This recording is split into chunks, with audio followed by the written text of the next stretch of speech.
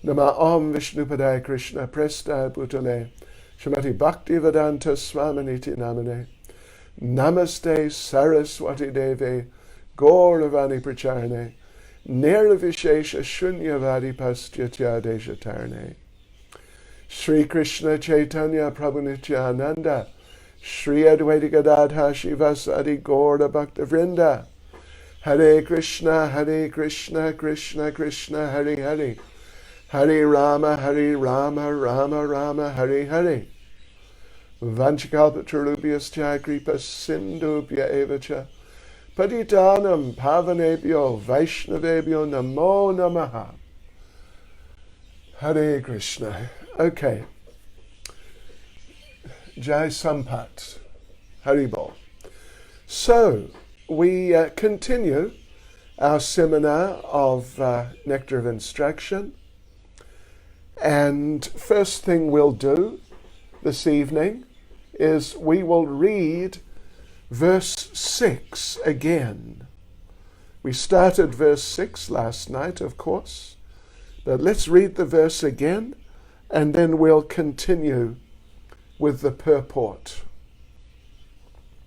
Drishtai subhava janatar vapusash chadoshayar na prakritatvam iha bhakta janasya pashyet gangam basam nakalu buddhapena pankayar Brahma dravatvam apagachati niradharmai. Translation: being situated in his original Krishna-conscious position, a pure devotee does not identify with the body. Such a devotee should not be seen from the materialistic point of view. Indeed, one should overlook a devotee's having a body born in a low family, a body with a bad complexion, a deformed body, or a diseased or infirm body.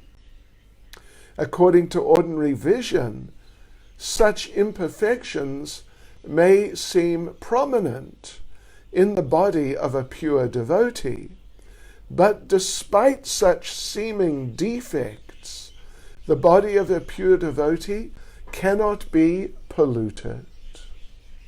It is exactly like the waters of the Ganges, which sometimes during the rainy season are full of bubbles, foam and mud.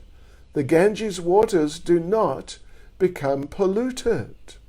Those who are advanced in spiritual understanding will bathe in the Ganges without considering the condition of the water. Hare Krishna. Yes, so last night we covered what we're calling the introduction to the purport. It was the first 3 paragraphs. It's just my way of sort of subdividing things a little bit, just to make it a little easier to focus on specific points. So now we go on. The next section in this purport, there are 3 sections. One is the introduction. Second is from paragraph 4 to paragraph 6. And the discussion there is about the use of the title Goswami. Yes, the title Goswami. So, yeah, it's an interesting subject, and those of you who are from India as such, not just South African Indians, or maybe some South African Indians would be aware also, but definitely if you're actually born and raised in India, you would know that within the Brahmin communities, as far as they still exist today, the name, family name, Goswami is used by some. Even in Durban, we have, what is it, Gosai's, or I forget what it was. Was it a restaurant? Anyway, I remember there being a Gosai, which is an abbreviated form of Goswami. A Gosai's something or other shop. So, yeah. However, well, let's go through these 3 paragraphs.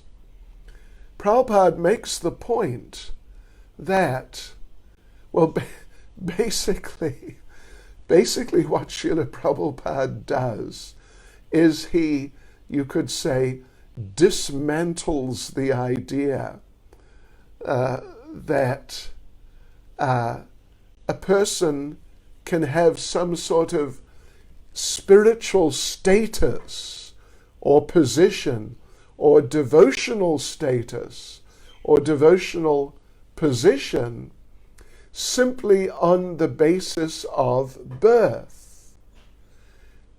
It means to be born in a family which traditionally, at least going back through some number of generations, they were a Brahmin family, and they were actually engaged as Brahmins, means as priests, as teachers, particularly these 2 types of occupations.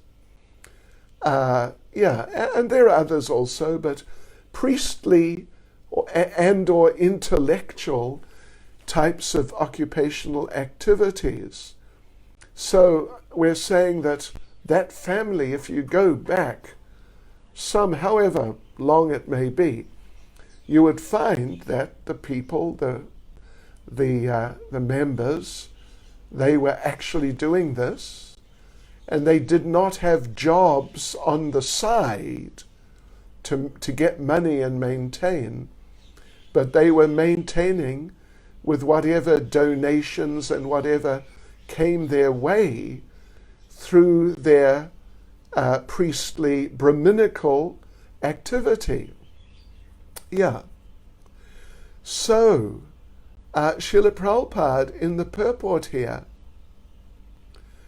he says, and for some of you, we may have a few devotees online right now, particularly on Facebook Live.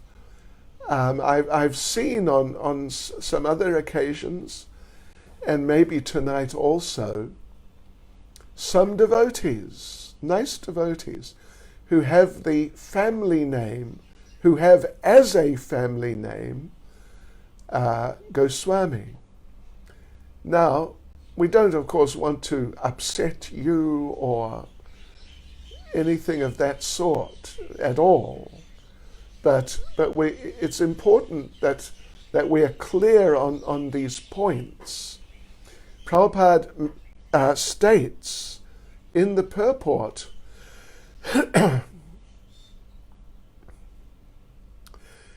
in actuality, there cannot be a family of Goswamis based on material considerations, caste, or heredity. The Goswami title is actually the monopoly of the pure devotees of the Lord. Yeah. It is a term of like spiritual standing, would you say? Yeah, spiritual position. Actually, this term Goswami, or there's a sort of, a very closely connected other term, just plain Swami. These are titles which are given to devotees or to people when they take sannyas. Take sannyas means renounce the world, renounce family life.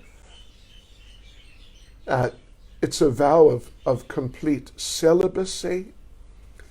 And at least particularly in Krishna consciousness, then they take up an active lifestyle of preaching, disseminating knowledge, helping people, helping the devotees and the people in general understand life, understand Krishna consciousness, understand these things more clearly. Yeah. And then Prabhupada, to sort of drive the point home deeper, Prabhupada refers to some very famous, perhaps probably the most famous Goswamis in our line, associates of Lord Chaitanya, called the six Goswamis. Six Goswamis. They were direct associates of Lord Chaitanya. They were instructed by Lord Chaitanya, and all six of them were sent by him personally to Vrindavan to uncover the lost places of Lord Krishna's pastimes, and then establish temples and, memorials, etc., at those places. So to research the places, and then secondly, to write transcendental literature. Yes. So they all went there, the six of them, six Goswamis, on the order of Lord Chaitanya. So they're basically his contemporaries. Some of them are kind of, they are some years younger, but they are, they had personal relationships with Lord Chaitanya. So they, now particularly Prabhupada, refers to Rupa and Sanatan, who were the leaders actually of the six Goswamis. That Rupa and Sanatan, they were born in Brahmin families, but due to certain circumstances in Bengal, they were engaged in the Muslim government of Bengal. They were forced. They were told by the Nawab, like the sort of king or something like that yes, because they were famous for being extremely intelligent. So he told them, yes, I have job offers for you. Join my government team. And, you take it or leave it, it's okay. But just know that if you refuse, I'll kill you. And I won't just kill you, I'll kill your entire families. And so, but you decide. So they had no choice, really speaking. So they joined the Muslim government. And externally they adopted many of the Muslim habits. Dress, for example. Their names were changed to Muslim names. Of course, they never became meat eaters, and they were already very advanced devotees, and they remained very Krishna conscious throughout. But externally, they adopted sort of the appearance. If you saw them, you'd think, oh, well, there's a couple of Muslims. And because of that, the Brahmin community in Bengal, they were well-known people.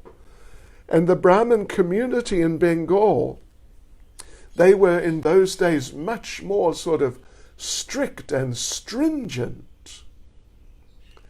And therefore, Rupa and Sanatan, prior to becoming Rupa and Sanatan, they got those names when they were given sannyas by Lord Chaitanya later. But Rupa and Sanatan were completely ostracized from the Brahmin and Hindu community. Completely means like if someone, a Brahmin, saw one of them coming down the street, he would walk past them with his left side to them. Have you heard about that? This is a particular point of not exactly etiquette, but of like auspicious and inauspicious. If you pass someone auspicious, like a nice devotee, then you should pass them with your right side to them. But if you pass someone inauspicious, and for the Hindus in those days, Muslims were awfully inauspicious, then you pass them with your left side to them. Anyway, these are sort of little fine historical details. But the basic point is they were, you could say, literally just kicked out. And the idea was permanently of the Brahmin community. But then they met Lord Chaitanya, and he recognized they're actually eternal associates of the Lord.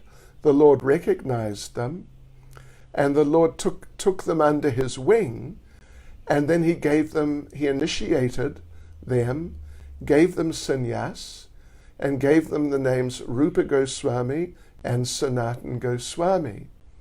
And they are known as such. So Lord Chaitanya, who after all is God, he is the Supreme Lord, Sri Krishna, appearing in the form of a devotee.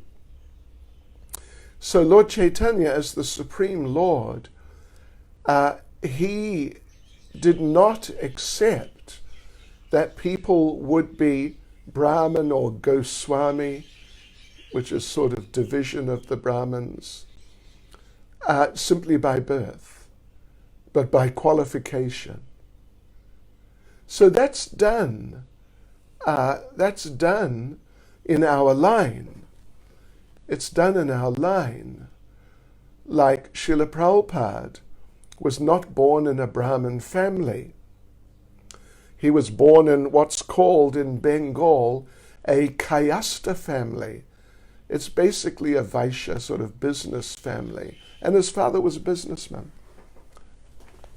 But his father was also very, very sincere devotee and pure devotee. So, but Prabhupada was given sannyas, and of course, obviously, we know him as Bhaktivedanta Swami. So, yes, so in fact, Goswami. Go means the senses, Swami means controller. So Goswami means literally someone who can control their senses. And this is the position of a sannyasi. They have to control their senses, remain fully celibate, and be fully dedicated to the service of the Lord, particularly preaching, as we said.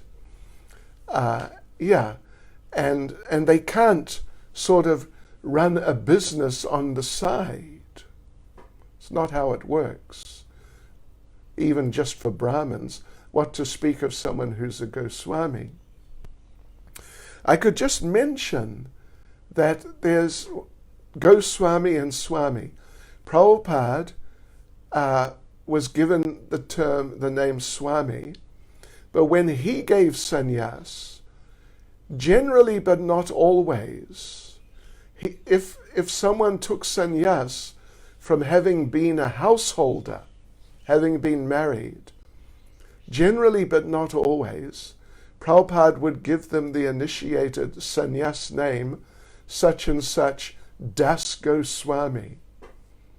Whereas if someone took sannyas, having not been married, from having been a brahmachari, then they were generally, but not always, they were just given the title Swami. It doesn't mean that one's better or worse or different even, but that was just Prabhupada's practice. So, yeah. So Prabhupada continues in the following paragraph. According to this formula, the Goswamis, who are descendants of Sri Nityananda Prabhu and Sri Advaita Prabhu, are certainly devotees. But devotees coming from other families, not sort of Brahmin, Goswami families. Devotees coming from other families should not be discriminated against.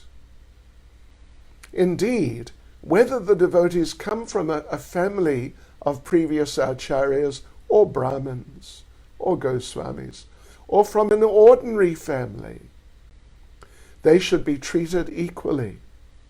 Yes, this is very important. In fact, I know personally a few, particularly I know one or two, one perhaps in particular, of the devotees who they use the title Goswami, family name, and they are they say they're descendants of Lord Nityananda, which is not impossible, because Vasudha, his one wife, gave birth. And they are running, and they basically own the place in Vrindavan where Lord Nityananda stayed when he was in Vrindavan. It's called Nityananda Vat, or Shringar Vat. Vat meaning banyan tree. So I know the one, reasonably well. We know each other. If he sees me in the street, he'll stop me and we'll have a little chat. So he's Dhruva Goswami. And there's a number of brothers and their deities there that were worshipped by Lord Nityananda. They take it in turns. 1 month you worship the deities, next month another one of the brothers does, next month another one. They operate like that. But when they have their time off, then they don't go preaching or doing Brahminical activities, priestly or like that, unless it's some special occasion. Dhruva works as a clerk of the court in the magistrate's court in Mathura. So, for Brahmins, and particularly for a Goswami, to accept a job, just like an ordinary job, it's really not on. It's really not on. But unfortunately, in India, so many people who were born in families which were traditionally, if you go back, like I said, into the past, they were Brahmin families, whether they used the name Goswami or Mishra or whatever. They were Brahmin families. They were very qualified. They lived just on whatever they received as Brahmins. So nowadays, though, you get so many of them, who are just doing different jobs. And some of them are not even educated. Don't mind me saying this, but one young man who was involved in the murder of the girl on the bus, do you remember, in Delhi a couple of years ago? You remember that whole absolutely horrific incident.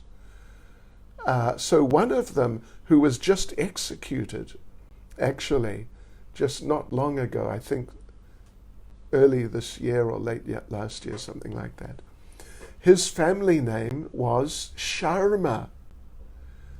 And Sharma is traditionally a Brahmin family.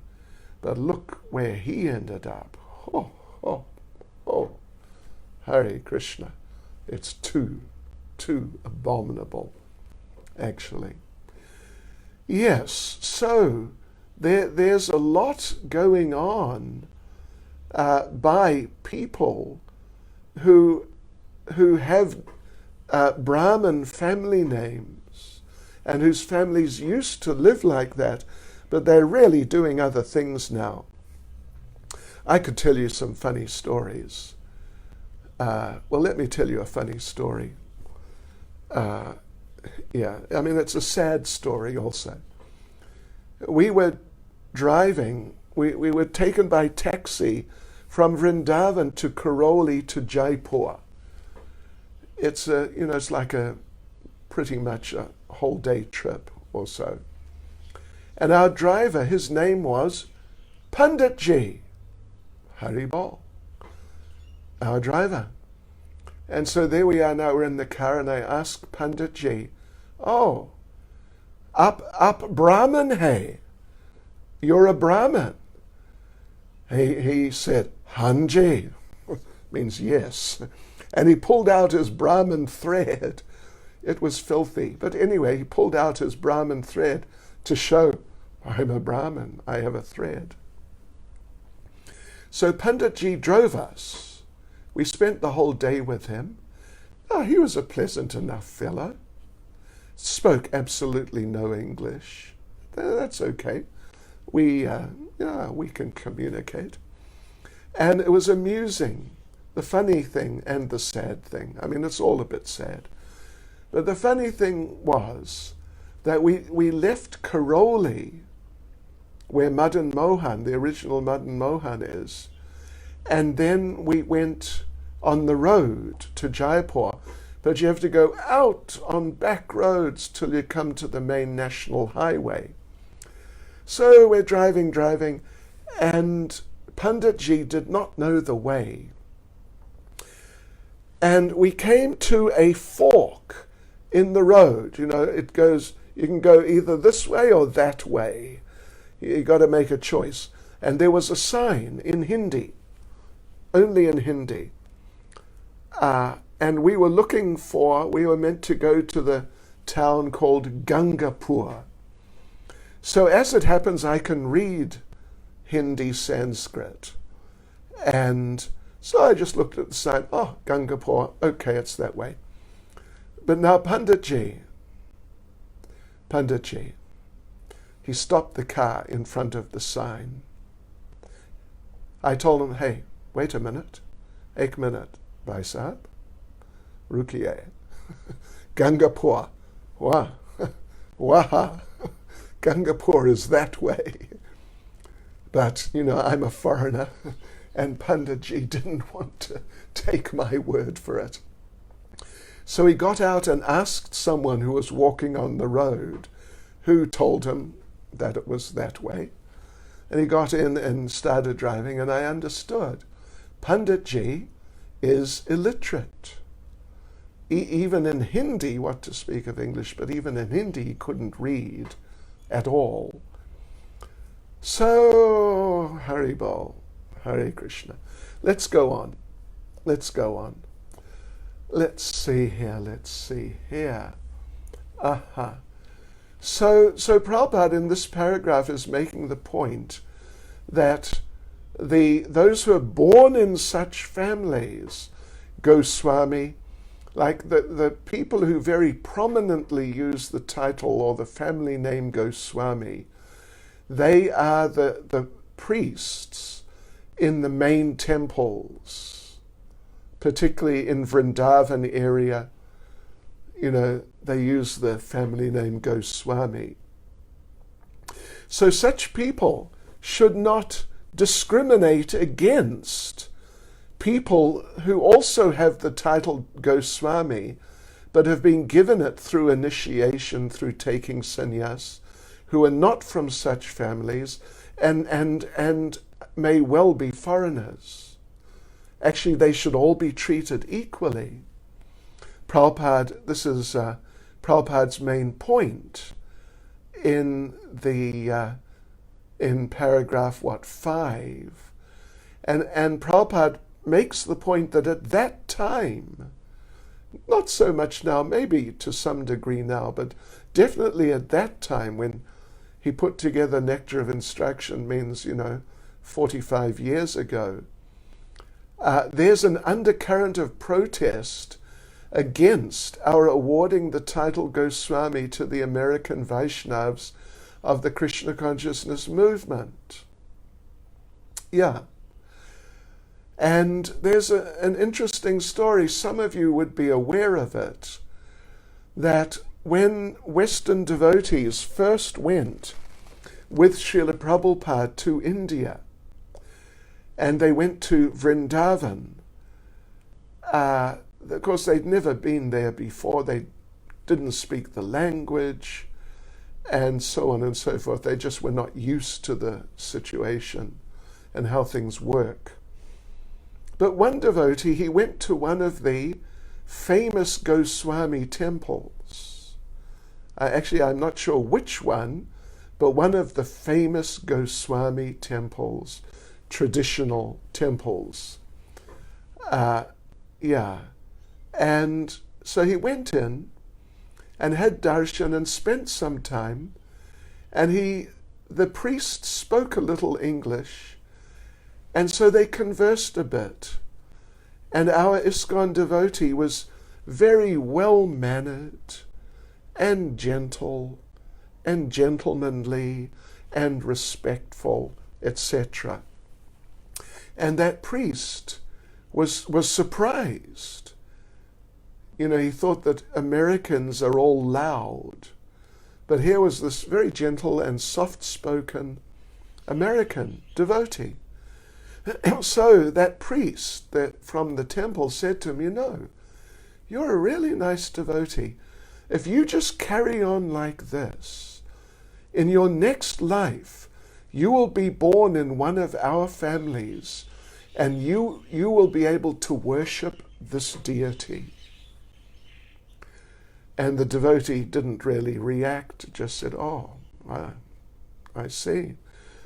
Then the devotee went back to our temple, our place at that time, and met Prabhupada, and Prabhupada asked him where he'd been.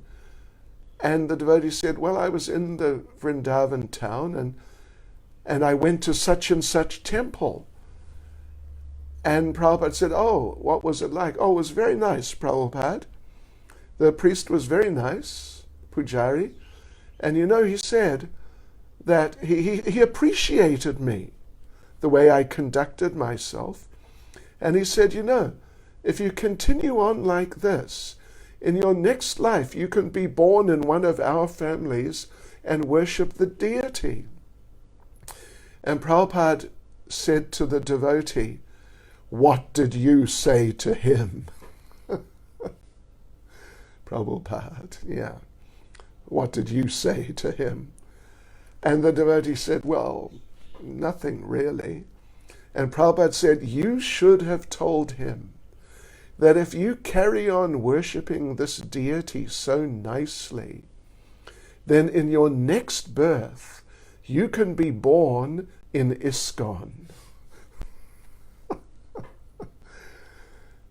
Which is probably true, actually. I'm sure it is true.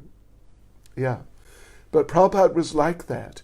He was not caught up in that whole social scene, the Hindu social scene, at all.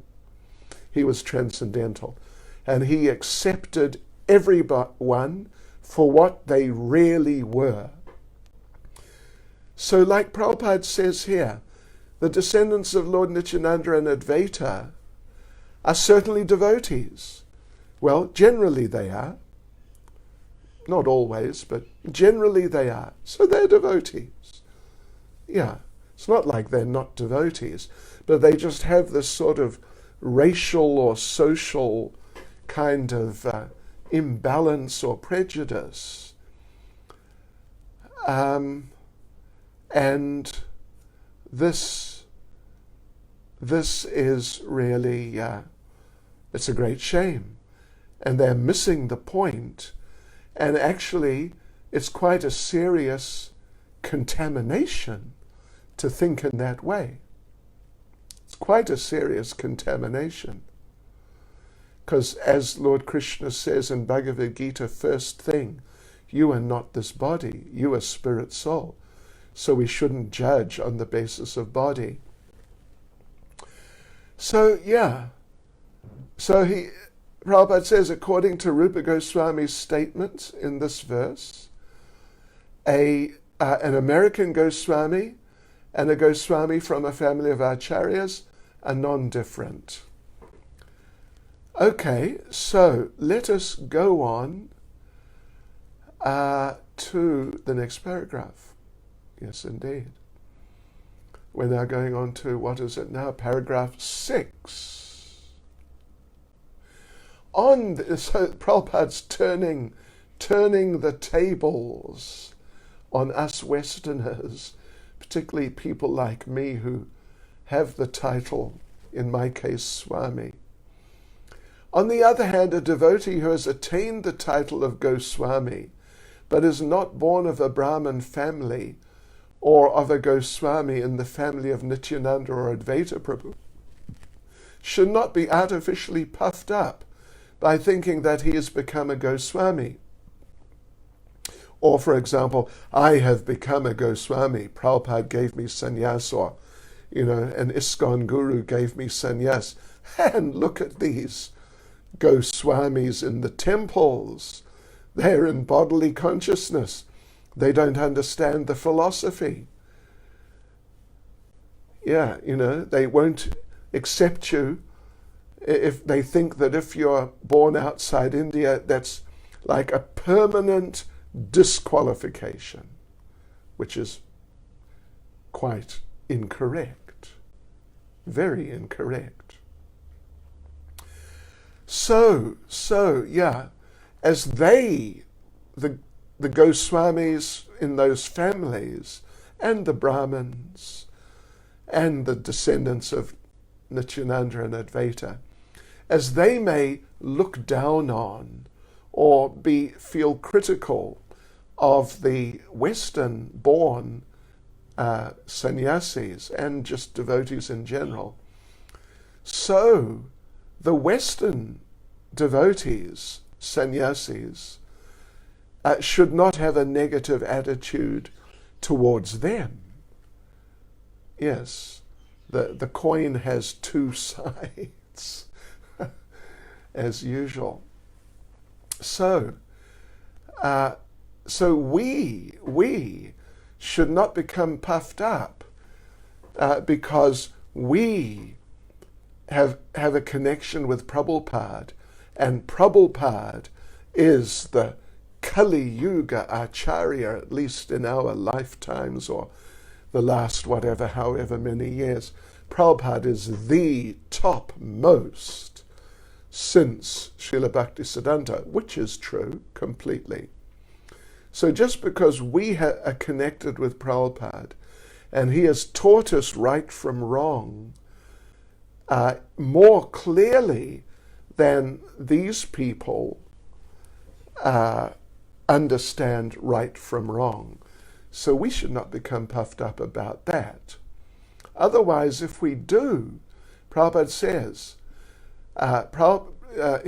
one should always remember that as soon as one becomes materially puffed up, he immediately falls down. Yeah. So we don't want that. The Krishna consciousness movement is transcendental. There's no place for jealousy or envy from anyone to anyone. No place. It is really for Paramahansa's, topmost swan-like devotees, or at least those who are aspiring to become. So therefore one shouldn't be jealous whether one comes from a Goswami or Brahmin family or descendant of, the associates of Lord Chaitanya. And one shouldn't be jealous of someone who has the title Goswami or Swami awarded to them through sannyas initiation. Because as soon as you become envious, you fall down from a nice transcendental position. So it's really very important, a very important point. Prabhupada's going to go on, we'll go into it tomorrow, talking about if we consider material considerations regarding advanced devotees, this is aparad, and that has serious negative consequences. So that we'll discuss tomorrow. But we can just note there are different examples of people who became envious of Vaishnavas for no good reason, just some sort of material concoction, and they ended up in bad situations. For example, in the 9th canto of Srimad Bhagavatam, there's the story of Devasa Muni offending Maharaj Ambarish. When, of course, not going to go through the whole story, although it's a really wonderful story. But Maharaj Ambarish is great devotee, and Devasa Muni is something of a devotee. He's more like just a sage, a mystic yogi, with a bit of Krishna consciousness thrown in, but not too much. So Maharaj Ambarish, Devasa Muni sort of imagined that Maharaj Ambarish had offended him badly and cursed him. But what he did was he took a hair from his head, threw it on the ground, and out from it came some fiery demon who attacked Maharaj Ambarish to kill him. But then as the demon was approaching Maharaj Ambarish, the Supreme Lord Sudarshan Chakra came in from Vaikunta and destroyed the demon and saved the life of the devotee, because the Lord protects the devotee. But then the Sudarshan Chakra turned on Devasa Muni, because he was responsible for the offense. And the Sudarshan Chakra pursued Devasa Muni to destroy him. So it's a long story, but, basically Devasa Muni ended up in big trouble because he became envious of a Vaishnav. Then there's, in Chaitanya Charitamrita, there's the story of one person called Ramachandra Khan.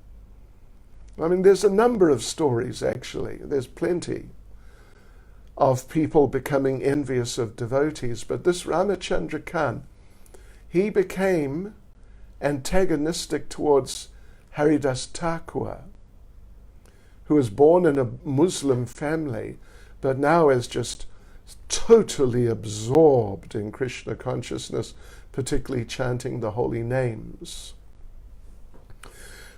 So what he did, Ramachandra Khan, he sent a prostitute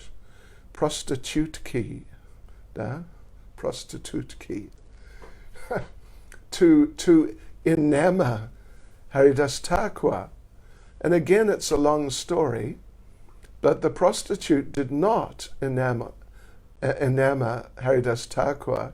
He purified her through his chanting, and she became a great devotee. But this Ramachandra Khan, who was behind this whole incident, he maintained this horrible attitude towards Haridas Thakur. And he was responsible, of course, for this offense. It's really an offense through his enviousness. And what happened was, it's described in detail in Chaitanya Charitamrita. I'll just briefly mention what happened, is that not too long after, well, actually sometime after, Lord Nityananda came to the village where that Ramachandra Khan was living. And Ramachandra Khan was a big man, as we say in Durban, a big Lani, rich man with big place. So Lord Nityananda came with a group of devotees. And Lord Nityananda came to the house of Ramachandra Khan and asked to speak to him because he would like, with his devotees, to stay overnight in this big, big place of Ramachandra Khan. So Ramachandra Khan, when he was told that by a servant, he told the servant, just go back and tell him, listen, this place is not suitable for you. There is a milkman, someone who keeps cows, down the road. He has a big barn that he keeps the cows in. That's more suitable for all of you. So, in other words, he was just offensive, envious to Lord Nityananda. So Lord Nityananda became very disturbed. And he said, you're right. Tell him he's right. This place is not suitable for us. This place is only suitable for meat eaters. Yeah, for cow-killing meat eaters. And off he went. So then, as a reaction to Ramachandra Khan's enviousness and his offense of Lord Nityananda and to Haridas Thakur, the Muslims, anyway, perhaps we shouldn't talk about Muslims, but some of them invaded the village and took over his place, his big Lani mansion, and every day for some weeks, well, Ramachandra Khan had the place where Lord Nityananda had been standing to speak to the servant. He had it cleansed with cow dung and cow urine. Can you imagine? So anyway, the minister, let's just say he was a minister came and plundered the village, plundered the house, and for 3 days in a row killed a cow each day in the temple room in Ramachandra Khan's house. Whew. This is heavy. This is too heavy. And he arrested Ramachandra Khan and his family. So where they ended up, we don't know exactly, but it was not good. So this is what happens. Anyway, we're going to go into it tomorrow. But Srila Krishnadas Kaviraj Goswami sums up that whole incident by saying, listen to this, wherever an advanced devotee is insulted, for that one man's fault, the person who insulted the devotee, for that one man's fault, the entire town is afflicted. Understand afflicted? Yeah. Yeah. And that whole town got wiped out by this minister. Yeah. But it was all because of Ramachandra Khan's envious, jealous attitude towards Haridas Thakur and then towards Lord Nityananda. Yes, so, as Prabhupada says, as soon as anyone becomes envious, he falls from the platform of Paramahansa, which is a very advanced platform, but he falls from whatever platform he's on. Even if he's a Kanishta and he becomes envious, he'll fall from being a Kanishta. So there you go, devotees. We will carry on tomorrow evening. And we will discuss paragraphs 7, 8, and 9, which are dealing with the very important subject, very sensitive subject of aparad, offences. And look, here is on Facebook Live, Chaitali Goswami. Chaitali, I hope you don't mind what I was saying, and I'm praying to Krishna to bless you, for sure, to be a very, very good devotee in Prabhupada's ISKCON. Okay, devotees, there we go. Haribol. Srila Prabhupada Ki. Jai.